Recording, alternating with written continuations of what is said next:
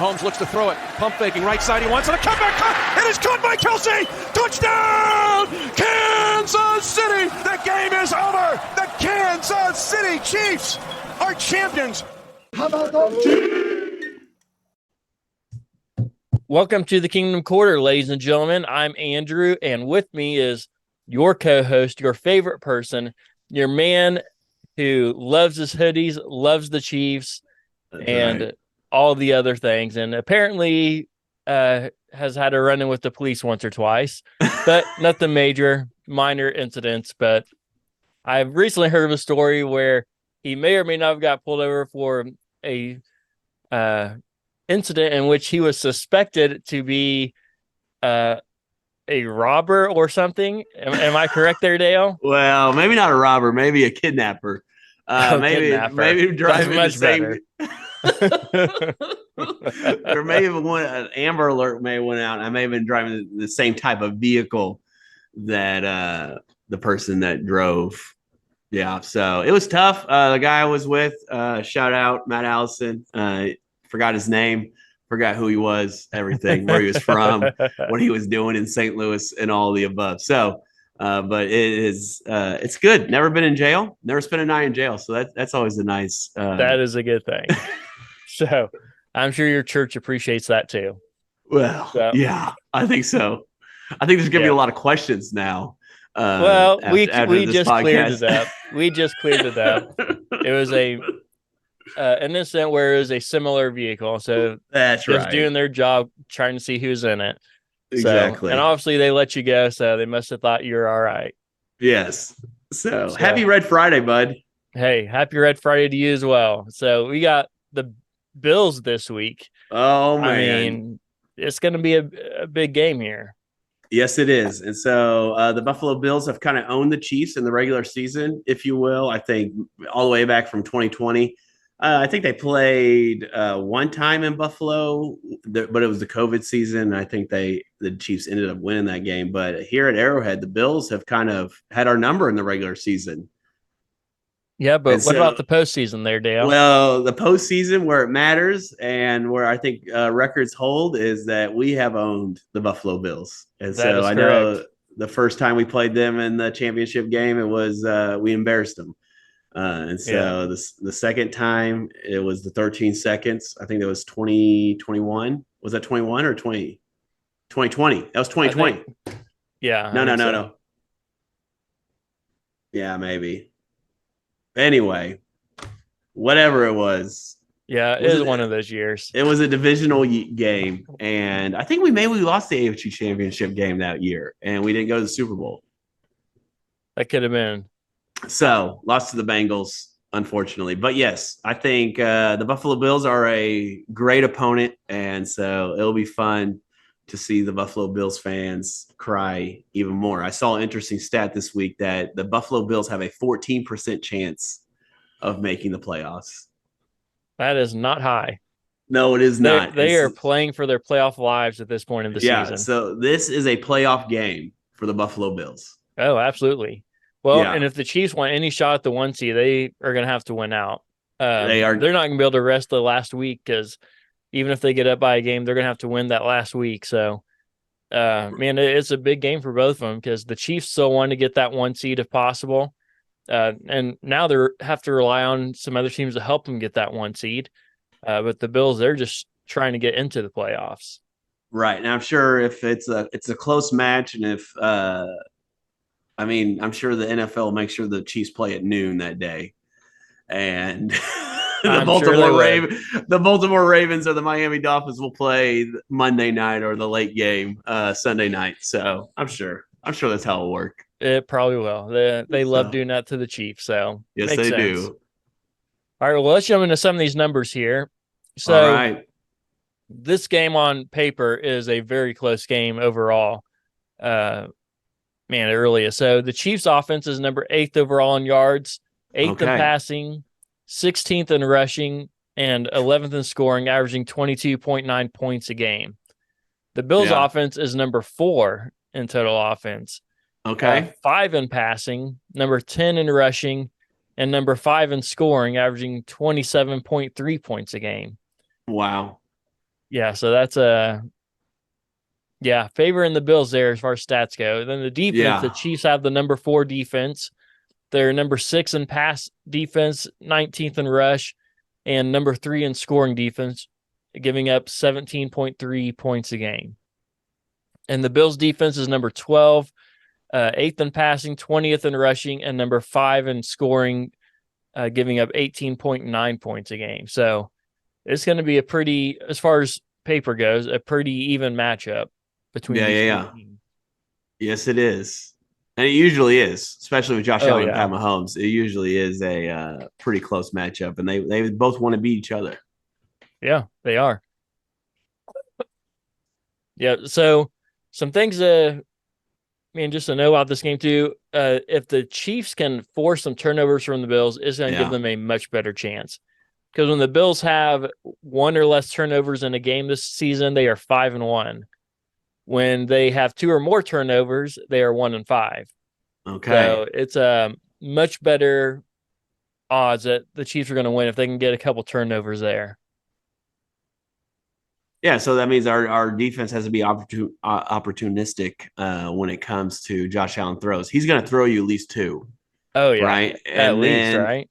at least 2, and so we just have to catch them. And then I think the fumbling, hitting the ball, swarming to the ball, and so hopefully it looks like Nick Bolton will be back this week, and so that'll be good news, especially with Tranquil in the concussion protocol. So we'll see Yeah. just if he gets out of that. I don't know. I think that is it. Can it go up to game day? It can go up to game day, right? They don't have to declare. Per concussion? Yeah. No, I don't remember exactly what it is, but I think they have to be cleared so many hours before the game. Okay. I think it's 24 hours if I'm not mistaken. Okay. So Saturday afternoon, hopefully we'll be looking for that tweet that he's cleared. But Yeah. hopefully he's getting better and getting rest, and it's not a lingering concussion. So, oh yeah, just the defense has to step up. I think that's the big thing. They just have to make the most of their opportunities, slow them down in the red zone, make them kick field goals, not touchdowns. And because I know the last time the Buffalo Bills played, they're on a bye week, which gives me a little pause and concern. They had like over Yeah. 592 yards of offense of just moving the ball up and down the field, and they end up losing that game to the Eagles in overtime. Yeah. Which is also hilarious because Josh Allen has not won a single game in overtime since he cried about that one rule. So 0-5, I That is think. hilarious.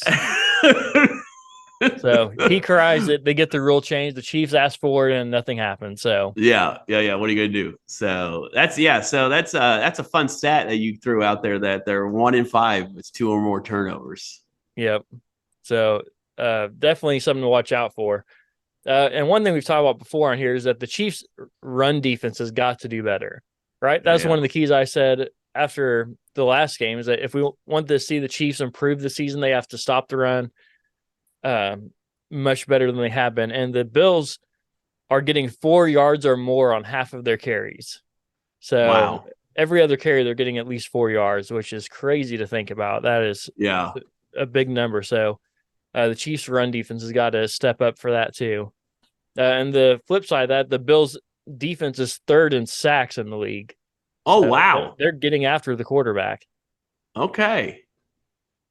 Yeah, I watched a press conference with Chris Jones this week, and he did not seem too happy when the reporters were asking about the run defense. He said, "We'll fix it.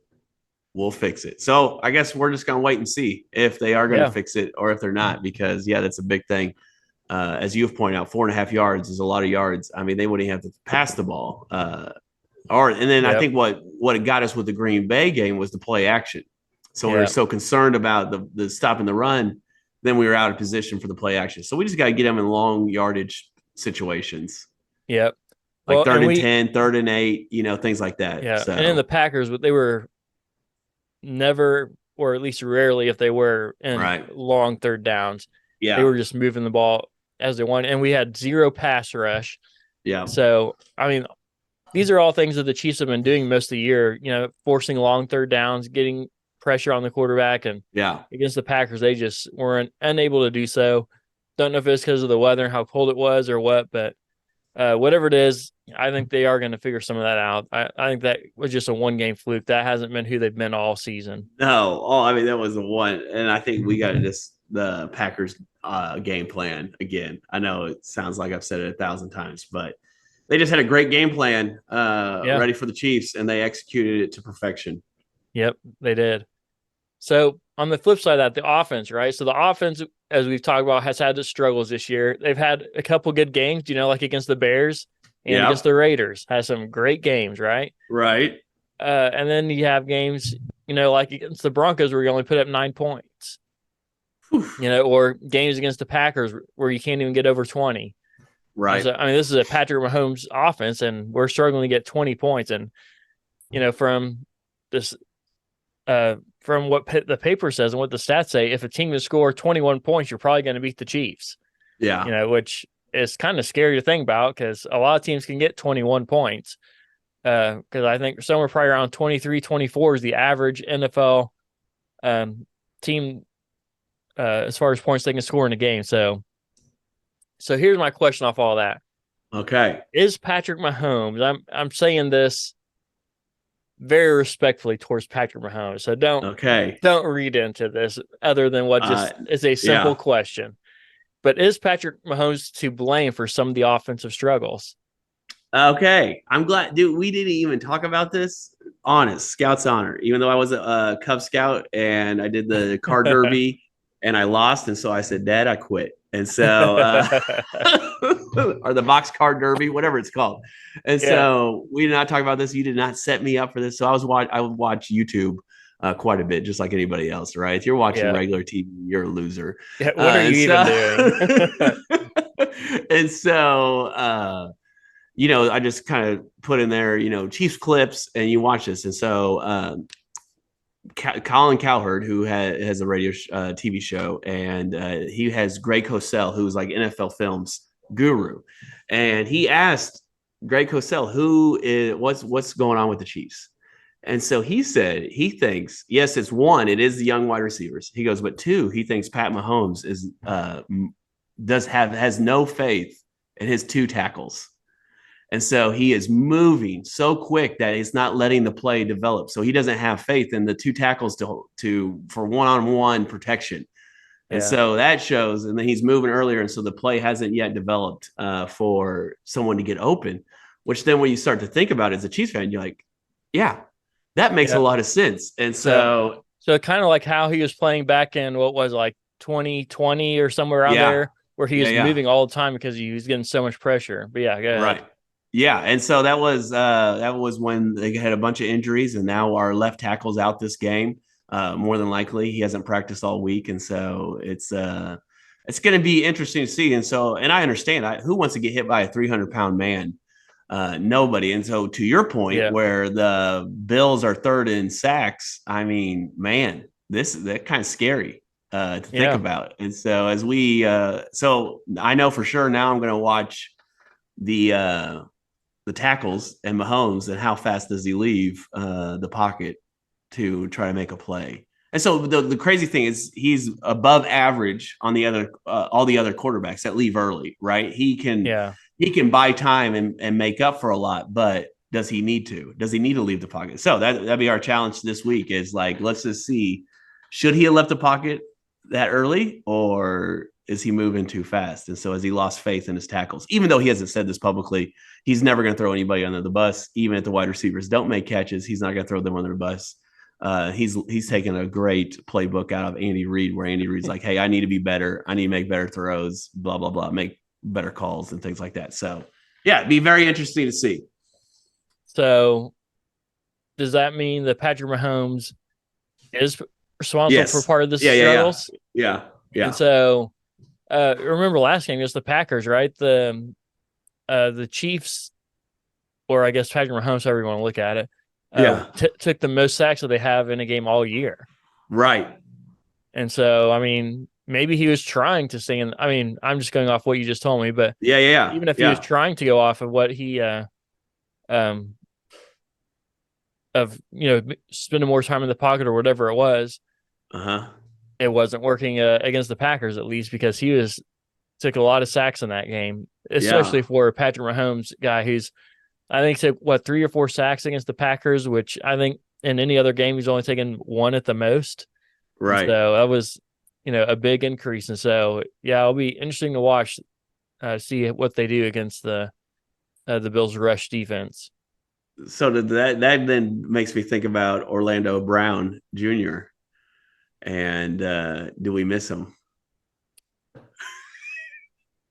No, still No, don't, because I think he's just not worth the money he was wanting. yes, exactly. And that's what I would come down to. Like he wasn't worth what he wanted, and I mean maybe he was. I don't know, but we don't have all the money, right? You have salary caps for a reason, so you can't just have all the good players. And so yeah, you had to make decisions and tough decisions. And when you pay your quarterback, 50 million a year, you just got to not have all the weapons you want.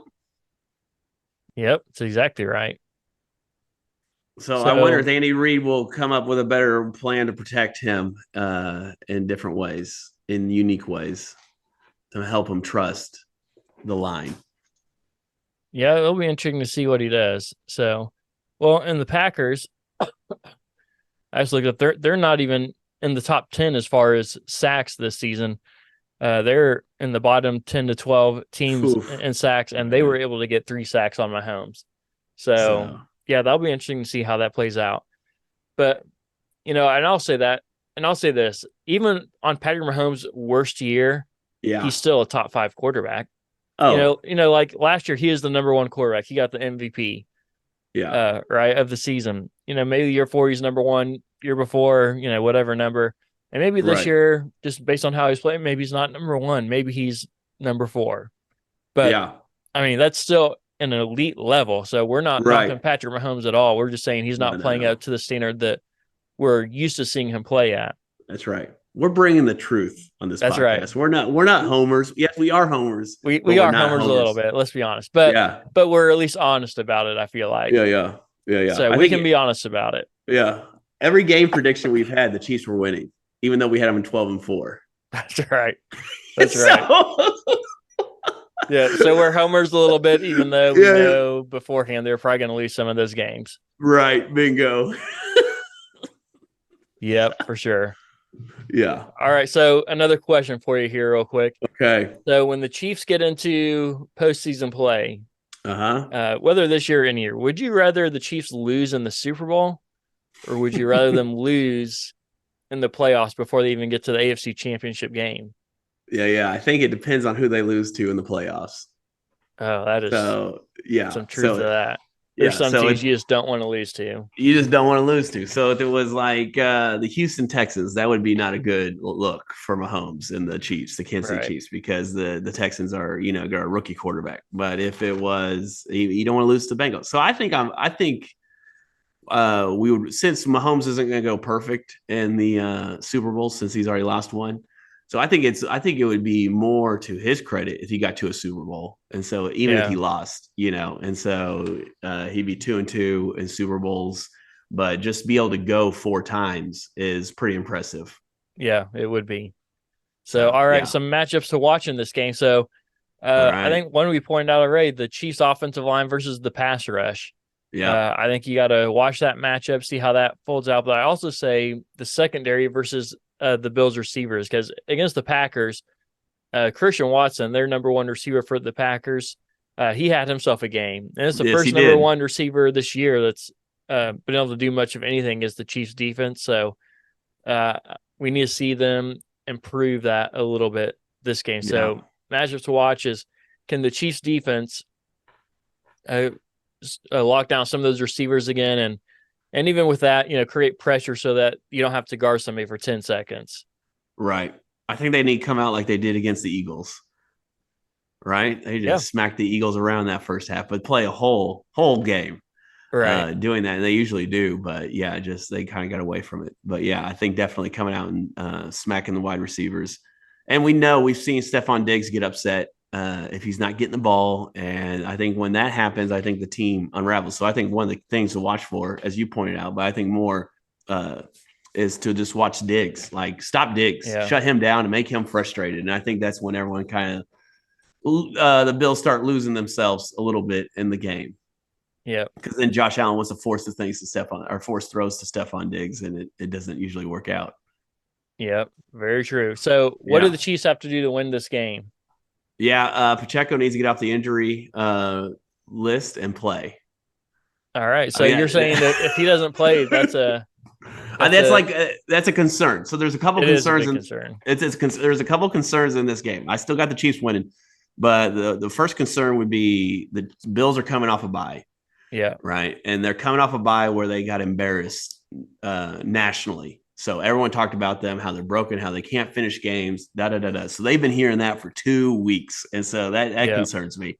Uh, them coming off a bye. The second thing that concerns me is Josh Allen always gets up for these big games. That's kind of the same one as the first one. And then the second thing is Pacheco going to be ready to go Sunday? And so I don't think Hilaire, and I know McKinnon's still not full practice quite yet with his groin injury. And so I think Hilaire and McKinnon, I don't know if that's a championship mix. McKinnon had a full practice Oh, did he? yesterday. Okay. So He did. Okay. so had his first full practice. So it's potential that he could be in there. Okay. So, but yeah, I think it'd be a big loss losing Pacheco for a game. But I know it was just like a bruise or a contusion on his shoulder or something like that. So we'll see if he'll be ready on Sunday. Yeah. So, and my keys to the game. So what Chiefs have to do to win, they have to get pressure on Josh Allen. Yeah. Without allowing him to escape and run for yards. So contain him, but pressure him. Yeah. First, force turnovers. So as we talked about before, we need 2 or more, and that gives us a good chance to win. And then on defense, you just have to get off the field. You can't allow them to do to the Chiefs what the Packers did, to allow us to only have 7 possessions or whatever it was 7 for the entire game. So that was crazy. That's super low. So you got to limit those things. So here's what I got for this game. Chiefs 21. Oh, sorry. Chiefs 24, Bills 21. Okay. Oh, man, that is close. Yeah, so the odds are like 1.5. And so that is not a lot, especially being an Arrowhead. It is not. GEHA at Arrowhead it's Stadium. Still Arrowhead. Let's be honest. Only the people who are commentating and work for the Chiefs call it GEHA. At Arrowhead Stadium. That's right. At Arrowhead Stadium. All the fans just called Arrowhead still. Yeah. So I'm thinking similar score. I'm thinking 24-17 Chiefs. All right. So you got a little bigger margin then. Well, I just think like I think the benefits, the things that outweigh we are at Arrowhead. So, and it is the Buffalo Bills, and crazy it's not primetime. I don't even know what the primetime game is. I know it's at the primetime slot, but I don't know why it's not at 7:20 on NBC again. But I guess the Chiefs can only play so many primetime games. But yeah, I think the score, 21 or 24-17 will be my score. All right. Well, I take either one of those as long as the Chiefs get the victory. So but the Bills are playing inconsistently, so it could be a much bigger blowout than that even. But we'll see what happens. I think it's going to be a close game though. So, all right, let's jump to our player profile. Got a couple of receivers here for you. Wide receivers. That's right. So, player A has 591 yards. Player B has 595. Okay. Player A is averaging 11.4. Player B is averaging 15.3. First down receptions, they both have 29 exactly. Touchdowns, player A has 5, player B has 6. And then the reception percentage, so the number of balls that they catch coming their way, player A catches 80% of them, player B catches 58%. Oh, my goodness. Some close numbers here. Yeah, but I think the last one, you got to so I know. I almost threw that last one out because I thought, man, maybe that's too much of a disparity there to throw that one in there, but it's already out there now. You said wide receiver, so for sure wide receiver. I said receiver is what I said. Oh, so this could be a tight end. This could be all I said was a receiver. I would have no idea who each of these are because you've done very good at like tricking me, but you're definitely going with the first guy because the numbers are so close. Even though he has one less touchdown, he's catching the ball 80% of the time it's thrown to him instead of 58% of the time. And so you're definitely going with player A. I'll give a guess. All right. Have you named one of the Chiefs players before? I don't believe so, but maybe. Dang it. So it's not it's not Watson, not Justin Watson then. No, Okay. So it's not Sky Moore because he hasn't been in the end zone that often. that is And for so sure. yeah. He could have been if he could catch a ball. Is one of them Travis Kelsey? No. Dang it. All right. I have Travis no idea. Kelsey is at like 800 and some yards. Okay. All right. Yeah, he's close to 1,000. I knew he's close. I knew he's gonna get 1,000. I mean, either way, he's Yep. gonna get 1,000. So Yep. who are the players? All right. Player A is Rashee Rice. Player Oh, B is Gabe Davis. oh wow. I would have thought Gabe Davis. See, that was throwing me off because I would figure Gabe Davis would have had a lot more yards because they moved that ball up and down the field. They do. Yeah. And He's their so- number 2 guy, and he has 595 yards. So, but I think they spread the ball around a lot more than some teams do too.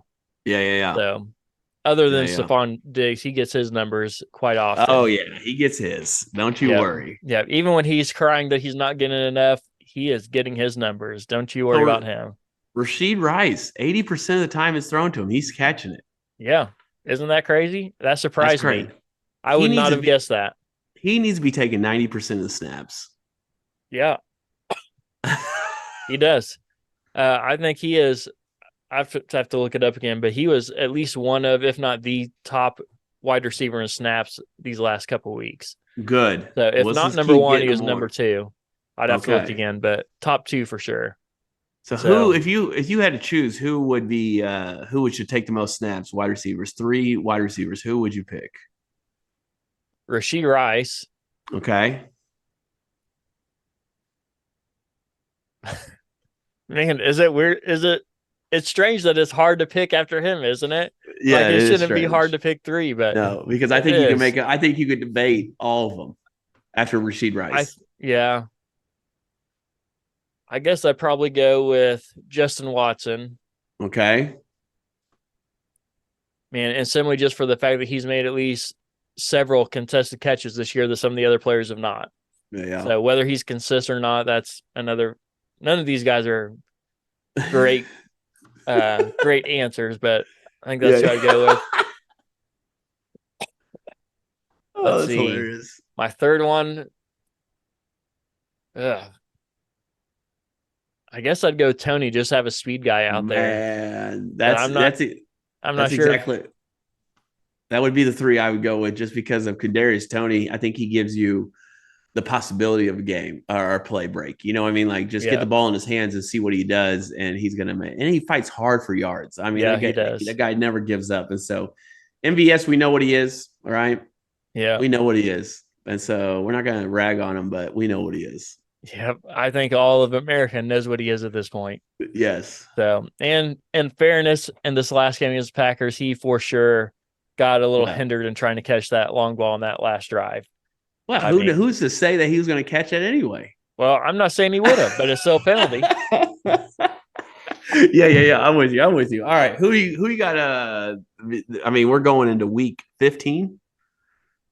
Yeah, I believe so. Right, week 15. Yeah. Gee whiz, 5 Wait, games no, left. 14. Right? 14. 5 Yeah. games left. Yeah. Yeah, week 14. Okay, 5 games left. Who do you got in the AFC power rankings? Because the NFC doesn't matter. All right, you're correct. They don't. So, all right. So let's start with our bottom dwellers again. All right. Not much change, but the Patriots are still number 16. They happen to play a game where they only allowed the opponent to score 6 points this last week and still happen to lose that game. Yeah. So you can't move up if you only give up 6 and don't win that game. Yeah. Number 15, the Jets are still holding on to that spot. They can't seem to figure out how to win either. No, not at all. Great defense, but horrible offense. Number 14, the Titans. I mean, they have sparks of looking like they might do something, but they can't ever quite pull it out. So those are our 3 bottom dwellers this week, staying that way. But in our top 5, our big boy power rankings, there's been There a we lot go. of shakeup, Okay. a lot of change in the top 5 here. Oh, So- no. You got me worried. Well, keep in mind, this is not a projected end of season ranking. This is a week by week ranking. This is what's happening right now. So number 5, the Jaguars. So Okay. the Jaguars, man, they lost to the Bengals this last week Yeah. without Joe Burrow. So maybe this Browning guy is the real deal. Maybe not. Maybe he had a 1 week, Yeah. wonder kind of play. But either way, and now with Trevor Lawrence's availability being in question, I mean, you got to take that into consideration. So they drop a little bit to number 5.